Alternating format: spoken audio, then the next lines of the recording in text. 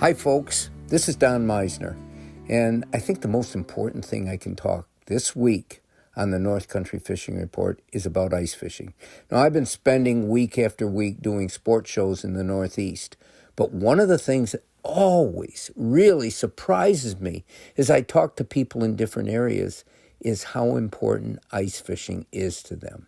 And last week I was in New York City, basically. Suffern is a community college where the show is held just north of the city.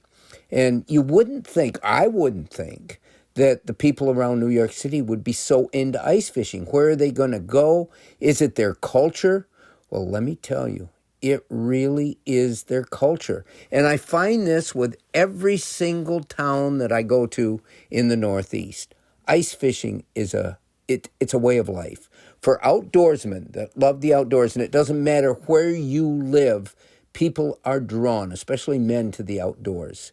And they come up to me and they just rave about ice fishing. So one of the guys that came up, he was asking me, I was telling him about the snow and the ice and the fact that we had better ice this year up here than we've had in years. And then I looked at him and I said, tell me something. I can't remember his first name now. But I said, tell me something.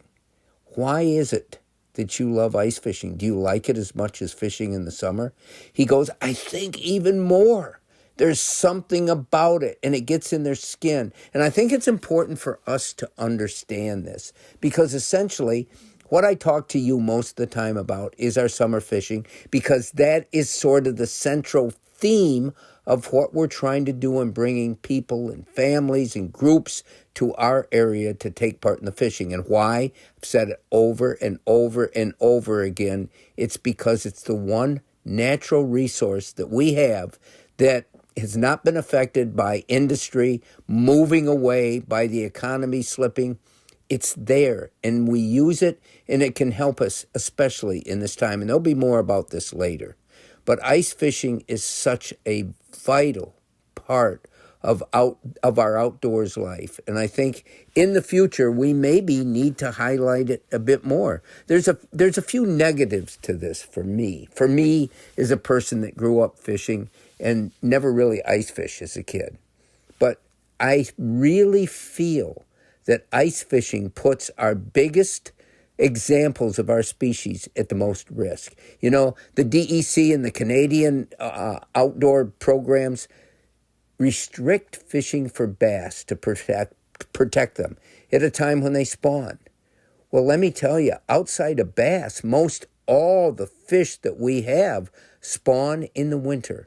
And the big fish are the ones that keep this population going, and they come into the place where they're most vulnerable. That's in the bays, where everybody can get to. They don't have to think so much about currents out in the river where the fish go in the summer. These fish come into the bays, and I feel that they're most vulnerable. And if we had better ways of catch and release when fish are brought up from the ice into the ice cold weather, it might make a difference. But it's something that we need to think about, because when we used to have more organized tournaments here, it really brought an awful lot of people into the sport. And if we want to be seen as an outdoor tourism area, I'm not talking just tourism. I don't want to be like Lake Placid or Lake George or other places like that. We need to keep our identity. But if we want to be known as an outdoor tourism mecca, we need to be thought of as a 12-month place to go, not just the summer. Something to think about. Until next time, folks, this is Don Meissner with the North Country Fishing Report.